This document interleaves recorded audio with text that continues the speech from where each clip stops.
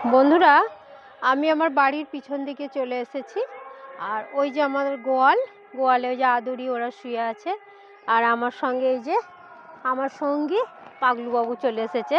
আমার অনেক রান্নার ভিডিওতেও আপনারা পাগলুবাবুকে দেখেছেন। এ হচ্ছে আমার সঙ্গী।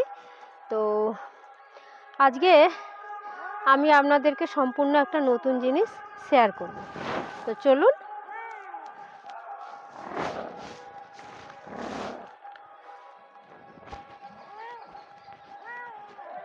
কি হয়েছে? গাছ উঠবে? ওঠো, নাও ওঠো, উঠে যাও, চল যাও, যাও।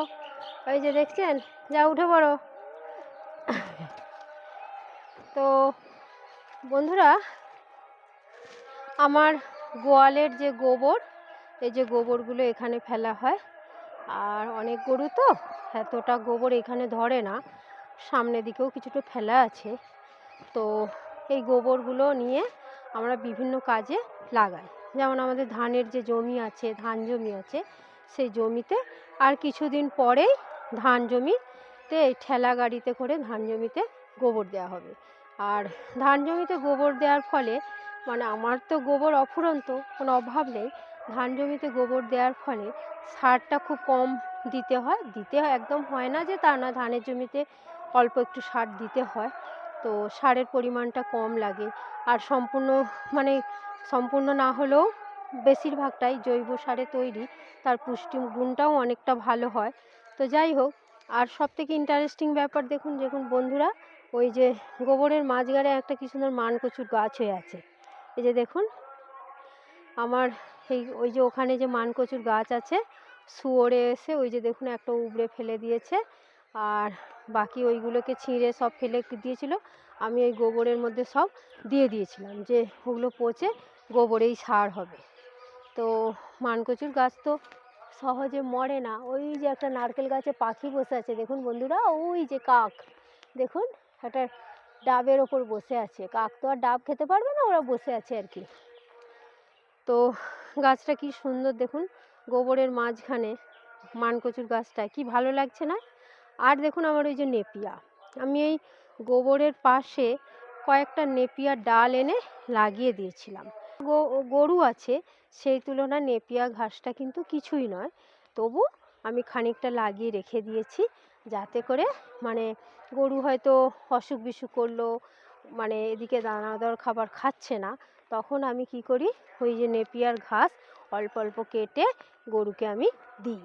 তো এই যে দেখুন, নেপিয়ার ঘাস কিন্তু কত 4-5টা ডাল আমি লাগিয়ে দিয়েছিলাম, তার থেকে দেখুন কি সুন্দর নেপিয়ার ঘাসগুলো হয়েছে। তো এবারে চলুন, আমার একটা কামরাঙার গাছ এই গোবর সার থেকে কত সুন্দর হয়েছে সেইটা আমি আজকে আপনাদের সঙ্গে শেয়ার করব। ও দেখুন এখানে এসে শুয়ে পড়েছে। হ্যাঁ, তোমার ঘরে শোয়ার জায়গা নেই? দেখুন, এই যে দেখুন পাগলুবাবুর খেলা দেখুন। এই যে বন্ধুরা, এই যে দেখুন, আমি চলে যাচ্ছি বাবু, চলে যাচ্ছি।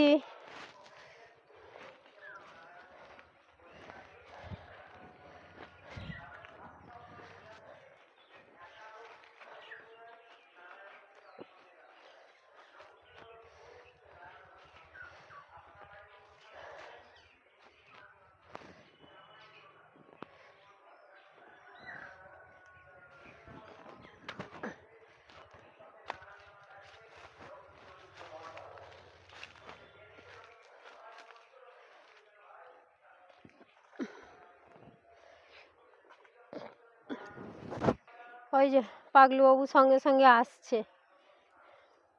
আয়, চলে আয়, আয়। কি করে আসবি?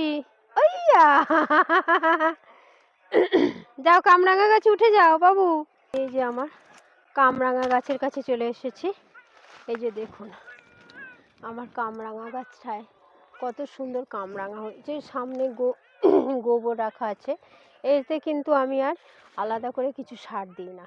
এটা ওই গোবর থেকেই যে সারটা, ওর শেকড়গুলো তো চারিদিকে ছড়িয়ে গেছে, ওই শেকড় থেকেই সারটা টানে, সেইটা টেনে কিভাবে কামরাঙা হয়েছে দেখুন বন্ধুরা। এতে আর কোনো সার দেওয়া নেই বন্ধুরা। এই যে দেখুন কত সুন্দর কামরাঙা হয়েছে। আর এই কামরাঙাটা প্রচণ্ড মিষ্টি। এই যে খুব মিষ্টি। এই যে আমি একটা তুলে নিই, দেখুন এখনও এই যে পাকেনি, এই যে এখনও কাঁচা আছে। কামরাঙাটা খুব সুন্দর মিষ্টি, একটু টক বলে ব্যাপার নেই। এই যে এটা কাঁচা অবস্থায় নর্মালি একটু টক হওয়া উচিত, কিন্তু একটুও টক নয়, এটা প্রচণ্ড মিষ্টি। আর এত ভালোই জাতটা আর হয়েছে দেখুন খালি।